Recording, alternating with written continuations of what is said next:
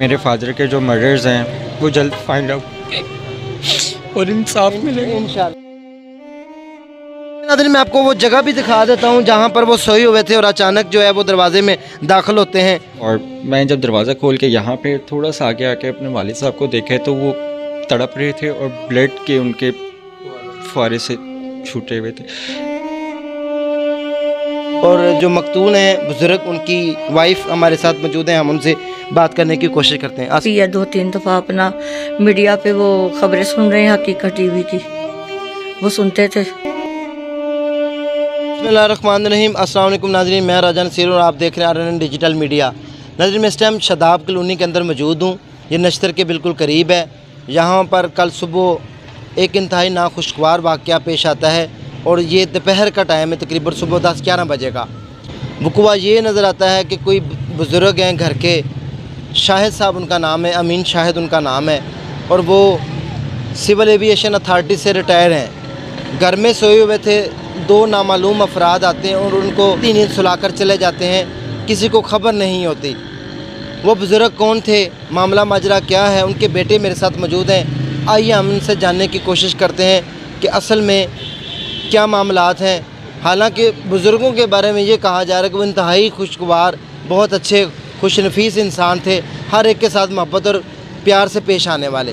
लेकिन ऐसा वक़ुआ क्यों पेश आया? अगर किसी ने उनको नाहक मारा है तो क्या ये टारगेट किलिंग है? क्या कराची जैसा लाहौर में भी होता जा रहा है? पुलिस कितना तामन कर रही है? क्या मामलात हैं? केस की नौयत कहाँ तक पहुँची है? FIR दर्ज हो चुकी है? घर वालों को कब तक इंसाफ मिलेगा? ये सारी बातें जानते हैं, मेरे साथ रहिए। अस्सलाम वालेकुम सर। वालेकुम अस्सलाम। आपका नाम? आसिम अली। आसिम भाई, सबसे पहले तो हमें बड़ा दुख है, आपके वालिद साहब को इंतहाई बेदर्दी के साथ, शफाकियत के साथ जो है वो मौत के घाट उतारा गया। हमें बहुत दुख है। क्या मामलात पेश आए? कब आपको इत्तला मिली? ये कल सुबह 10:30-11 के दरमियान का वाक़या है कि 2 बंदे नामालूम अफराद घर में एंटर हुए हैं। मेन गेट का छोटा दरवाज़ा खुला हुआ था, इस गेट से अंदर एंटर हुए हैं, सीधा अंदर आए हैं और मेरी सिस्टर थी सामने, उनको उन्होंने धक्का देके रूम में बंद किया है और बाहर से दरवाज़े को पकड़ लिया है। और मेरे वालिद साहब बाहर लेटे हुए थे, सो रहे थे, वो सीधा उनके पास गए हैं और जस्ट जाके उनके फेस के नीचे फायर कर दिया। तो मोहल्ले में किसी को पता चला था कि क्या मामलात पेश आए हैं, या कोई गोलियों की आवाज़ें आई हों, या कोई लोग आए हों मौके पर? ऐसा तो कोई वाक़या नहीं। यहाँ पे लोगों से पूछा है, वो कहते हैं कि जी हमने ना किसी को देखा, ना हमें कोई फायर की आवाज़ आई है। घर में सिस्टर जो मौजूद थी, हाँ जी, उन्होंने देखा है, फिर उन्होंने शोर किया? उनको तो उन्होंने पकड़ के अंदर कमरे में बंद करके दरवाज़ा बाहर से पकड़ लिया है और लॉक लगा दिया? हाँ जी, ज़ोर से बंद कर दिया है। अच्छा। और सीधा वालिद साहब जहाँ लेटे हुए हैं वहाँ पे गए हैं और जस्ट उनके यहाँ इस साइड पे उन्होंने फायर कर दिया, जो कि उनकी मौत का सडनली सबब बनी है। अच्छा, उसके बाद आपने पुलिस को फ़ौरन इत्तला दिया, आप भी पहुँचे? हाँ। कितनी देर बाद पुलिस पहुँच गई मौके पे? पुलिस का रिस्पांस अच्छा था, 15 पे कॉल की गई है और with in a few 10 to 12-15 minutes के अंदर पुलिस यहाँ पे पहुँच गई है, मौका वारदात के ऊपर आई है और बड़ा अच्छा उनका रिस्पांस रहा है। हालांकि अक्सर वाक़यात में देखा है कि ऐसे मौके पे 15 पे कॉल की जाती है, जो हमारी सोसाइटी में चल रहा है। रवायती सुस्ती हो जाती है, लेकिन पुलिस का ओवरऑल रिस्पांस क्विक रिस्पांस है। तो अब तक आपकी FIR वगैरह दर्ज हो चुकी है? हाँ जी बिल्कुल, FIR भी दर्ज हो गई है, बल्कि आज मेरे वालिद साहब की तदफीन भी हो गई। उनका किसी के साथ कोई लेन देन, कोई तनाज़ा, कोई लड़ाई झगड़ा, कोई लास्ट दिनों में कोई चल रहा हो, कभी जिक्र किया हो? मेरे वालिद साहब इस तरह के थे ही नहीं। वो फ्रेंडली माहौल में सबके साथ मिलजुल के रहने वाले, बल्कि वो पाकिस्तान सिविल एविएशन से गवर्नमेंट एम्प्लॉय रिटायर्ड हुए हैं, अभी 2 साल हुए हैं और 38 to 39 ईयर्स उनका जॉब टेन्योर है। इसमें उनका कभी किसी से कोई झगड़ा नहीं हुआ। इवन कि बाई रोड पे जाते हुए गाड़ी ड्राइव करने का उनको शौक़ था। कोई अगर आके हिट भी कर गए तो उसको कुछ कहने के बजाय हमेशा उससे ये कहते थे कि आप सेफ़ है। जो बंदा इस तबीयत का हो वो किसी के साथ क्या लड़ेगा, उसकी क्या दुश्मनी होगी? कोई दुश्मनी नहीं है। आपकी लास्ट टाइम उनके साथ कॉल पे कब बात हुई थी? मेरी कॉल पे नहीं, मैं सुबह ड्यूटी जाते हुए उनसे मिल के गया हूँ। आज सुबह ही? मतलब आपको यहाँ से घर से ही आप गए हैं, हाँ जी। तो खुश थे? कोई बात वगैरह की या कुछ इस तरह कोई परेशानी बताई हो, या आपने कोई देखी हो उनके चेहरे के ऊपर परेशानी? नहीं, कोई परेशानी नहीं थी, बल्कि मेरे से उन्होंने इतना पूछा कि आज रोज़ा रखा है आपने? मैं कहा हाँ। अच्छा चलो खैरियत से जाओ, खैरियत से आओ, जैसे माँ बाप करते हैं। ये बहुत बड़ा सवालिया निशान है कि घर में सोए हुए दिन के 11 बजे का टाइम है, 2 नामालूम अफराद आते हैं और बुज़ुर्गों को अब्दी नींद सुलाकर चले जाते हैं।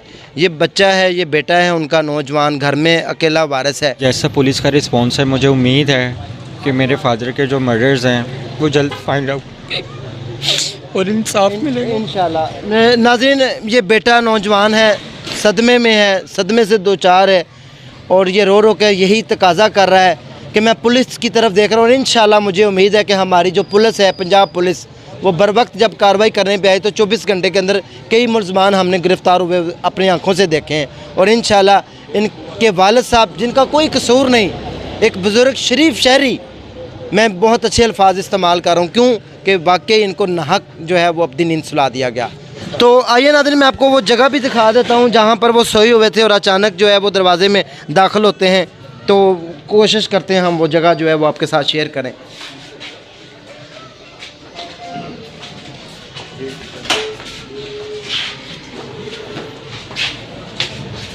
अच्छा जी, 2 फैमिलीज रहती 2 फैमिलीज, ऊपर लैंडलॉर्ड जी। और नीचे ये टेनेंट हैं, ये जी। इधर रहते हैं। ये दरवाज़ा खुला रहता है, अच्छा ठीक है, मेन बंद होता है। ठीक है। मेन पता नहीं किस वजह से जो है वो दरवाज़ा खुला रह गया, किसी बच्चे स्कूल जाते हुए बंद नहीं हो सका। वो दरवाज़ा खुला होने की वजह से वो लोग अंदर एंटर हो गए हैं।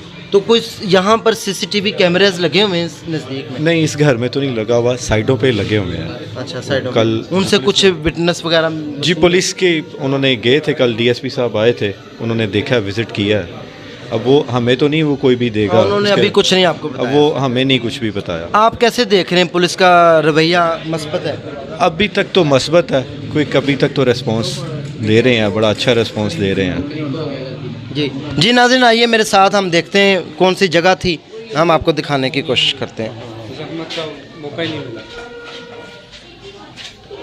जी नाज़रीन, आप यहाँ पर ये देख सकते हैं, कैमरामैन से गुजारिश करूँगा, ये देखें, ये वो जगह है जहाँ पर बुज़ुर्ग जो है वो सोए हुए थे और इनको हमेशा के लिए अब्दी नींद सुला दिया गया। ये वो चारपाई है जिसके ऊपर वो सोए हुए थे, और ये जो मेन दरवाज़ा आपने देखा है, इसी दरवाजे से वो आते हैं। और बहना को किस दरवाजे में उन्होंने बंद किया था, किस वाले डोर? बेडरूम में। अच्छा। वालदा मेरी इधर ऑलरेडी वहाँ पे लेटी हुई थी। अच्छा। उनकी तबीयत शुगर डाउन थी, वो वहाँ लेटी हुई थी, साथ सिस्टर के छोटे बच्चे वो ऑलरेडी सो रहे थे, तो वो दरवाज़ा बंद था। अच्छा। सिस्टर मेरी यहाँ इस वाले बेडरूम से निकली हैं वज़ू करके कि कुरान पाक पढ़ लूँ, बच्चे सो रहे रोज़ा वगैरह हैं, है रोज़ा तो? रखा हुआ है, चले मैं ना उतनी जब तक बच्चे नहीं उठते मैं कुरान पाक की तिलावत कर लूँ। सिस्टर बाहर निकली हैं इधर से, उतनी देर में उन्होंने जैसे इतना देखे कि 2 नामालूम शख्स आए हैं जिन्होंने अपने चेहरे कवर किए हुए हैं। अच्छा, चेहरा उनका ढांपा हुआ था? चेहरा बिल्कुल ढांपा हुआ था, जस्ट आंखें उनकी नज़र आ रही थी। उन्होंने फ़ौरन सिस्टर को देखा है और उन्होंने उसको पकड़ के कमरे में धक्का दिया है और दरवाज़ा बाहर से बंद कर दिया है। और इसी इस्लाम में वालिद साहब यहाँ पे लेट सो रहे हैं, वो यहाँ पर आए हैं। और अच्छा, सिस्टर ने कोई मज़म्मत की हो, कोई चीखी चलाई हो उस टाइम?